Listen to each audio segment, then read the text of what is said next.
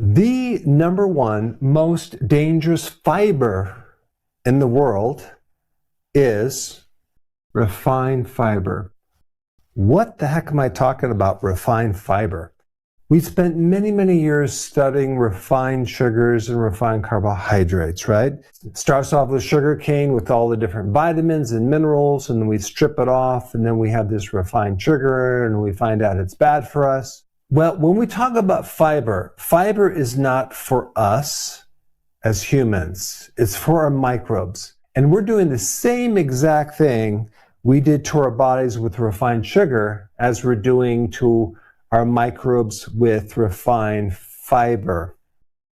Certain fiber in its whole form can feed the microbes and make them thrive. Other fiber that's refined is basically junk food for the microbes. The information I'm going to share with you, you probably never heard. It's fascinating. You need to know about it because right now there's such a fiber craze. Everyone's like trying to get as much fiber as they can. And for a lot of people, it's creating a lot of problems. And there's some fascinating research on this topic too, where they're feeding mice refined fiber. And some of them are developing liver cancer. More on that in a little bit. But the study was published in Cell, one of the most prestigious scientific journals in the world. And I'm going to walk you through why that happens. When you eat a bean or an onion or a berry, you don't just have fiber sitting in there, okay? That fiber is physically bound to something called polyphenols. So in other words, when you're eating plant fiber, it's not just coming as fiber. It's bound to something else very, very tightly. Maybe you've heard about polyphenols. They're in red wine, they're in berries, green tea, dark chocolate.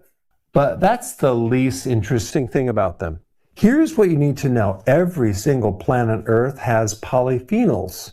And they're literally woven together with fiber like this, okay? They're bonded in the cell wall. When you eat them, they're supposed to travel all the way through your digestive system down into your gut, where your body then breaks them apart. But they're meant to be consumed as one package, not separate things.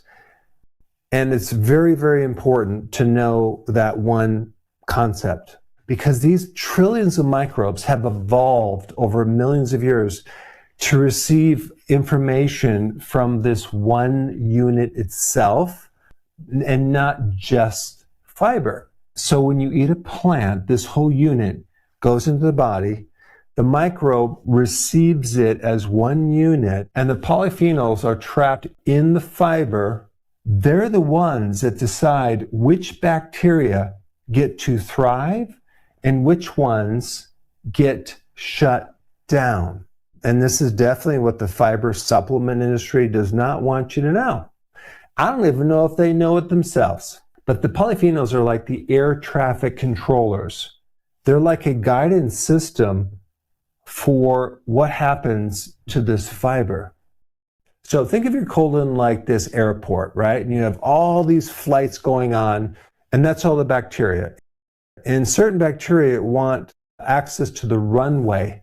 And of course, all of them want fuel. When you eat the whole fiber with all of these polyphenols attached, then you get direction on what microbes actually get the fuel and how much fuel they get, and make sure also they don't get too much fuel.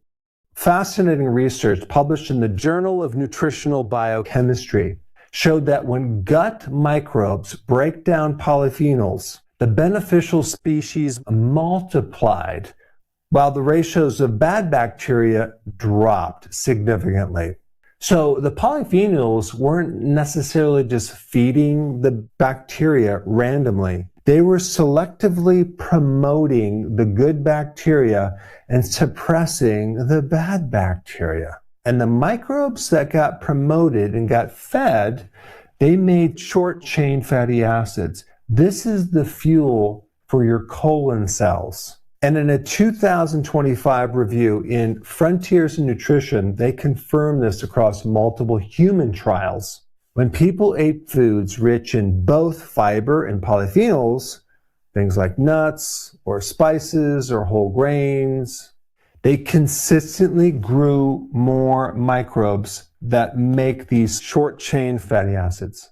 The anti-inflammatory effects were much, much stronger than the group that just got the fiber and also the group that just got the polyphenols alone. These two things work together. They both amplify each other. So, the fiber is the fuel for the microbes. The polyphenols are the direction, the guidance system of what happens to that fuel and who gets the fuel and how much they get.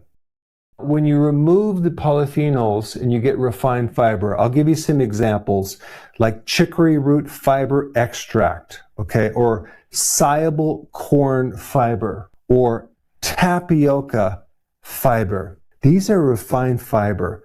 This is like ultra-processed food for your microbes because they don't have the polyphenols. And the way they make this is the same way they make industrial starch and sugar. They're adding chemical processing. They're adding certain enzymes to break things down. They're adding heat and they're basically refining it. They have to use heat and chemicals and enzymes to break this bond. So then you're left with this pure fiber fuel without the guidance system, without the air traffic controller. A researcher at Penn State named Vishal Singh put it very simply. He said when we eat fiber from whole food, we're consuming a mixture of many different types of fiber alongside the compounds. Now, here's the thing. If you actually start reading the ingredients and totaling up how much fiber is like in a fiber bar, they put in 15 grams of fiber. If you took 15 grams of fiber from real food, equivalent to having 2 pounds of food as fiber, that's a lot of fiber hitting the gut all at once. And we're talking about isolated fiber without the guidance system. So what you're seeing in the food system right now, because the food industry has to keep the right texture, the mouthfeel, they're trying to find substitutes for fat, and so now they're going to all sorts of synthetic fibers. And what you have to realize is all of this fiber is refined, it's processed fiber, and it's being put in food in very large amounts. So what happens is you're going to get a lot more fermentation, which is going to overwhelm the microbes. So a lot of people ask me, what supplements do I recommend? Now, of course, I'm not biased of my own high quality supplement line, but if you go to Amazon and type Dr. Berg supplements, you'll find more information. So when you consume refined fiber, there's 3 things that happen. Number 1, the wrong bacteria take over. Because remember, you don't have the guidance system of who gets what. Number 2, the fiber is going to ferment way too fast in the wrong place. Now, this is critical. With whole food, it's a slow process of breaking things down. But in refined fiber, it's already broken down. By the time it hits the small intestine, where you really don't want a lot of fermentation, if any, that's where you're going to start getting fermentation. And this is a really big problem. They call it small intestinal bacterial overgrowth. And I don't know if you know this, but we don't want a lot of bacteria in the small intestine. We want it mainly in the large. Then number 3, the lower colon starves. It doesn't get the fiber. It doesn't get the fuel it needs. So what is it going to do at this point? It has no choice. It's going to have to eat its own mucus layer. Now we get leaky gut. Now we start developing autoimmune issues. Now we get inflammation in our gut and pain and all sorts of GI issues. So in 2018, researchers at the University of Toledo published a study in the journal Cell, one of the most respected scientific journals in the world. They fed mice a diet containing inulin, which is a fiber. guess what? The mice developed liver cancer. When those mice were fed the same amount of inulin, but inside a whole food-based fiber diet, not the refined one, there was no cancer in that group at all. Now, this was an animal study. It wasn't on humans, but still, it gets us to start thinking about what this refined fiber is actually doing to our bodies. We don't need another ultra-processed refined fiber for our microbes. So, what should you do? Stop focusing on trying to increase your fiber. Start eating foods that are naturally colorful, the polyphenols. Eat whole foods. Add fermented foods to support the gut. Avoid high fiber supplements. I would not recommend consuming any of these high fiber supplements that so many people are sucked into, and they don't realize what's happening to their bodies. And so adding more fiber just makes it worse. They probably need to do carnivore for at least a couple of months to do a reset and get rid of the thing that is actually causing that excess uncontrollable fermentation. But at least now you know one of the mechanisms of how it actually starts.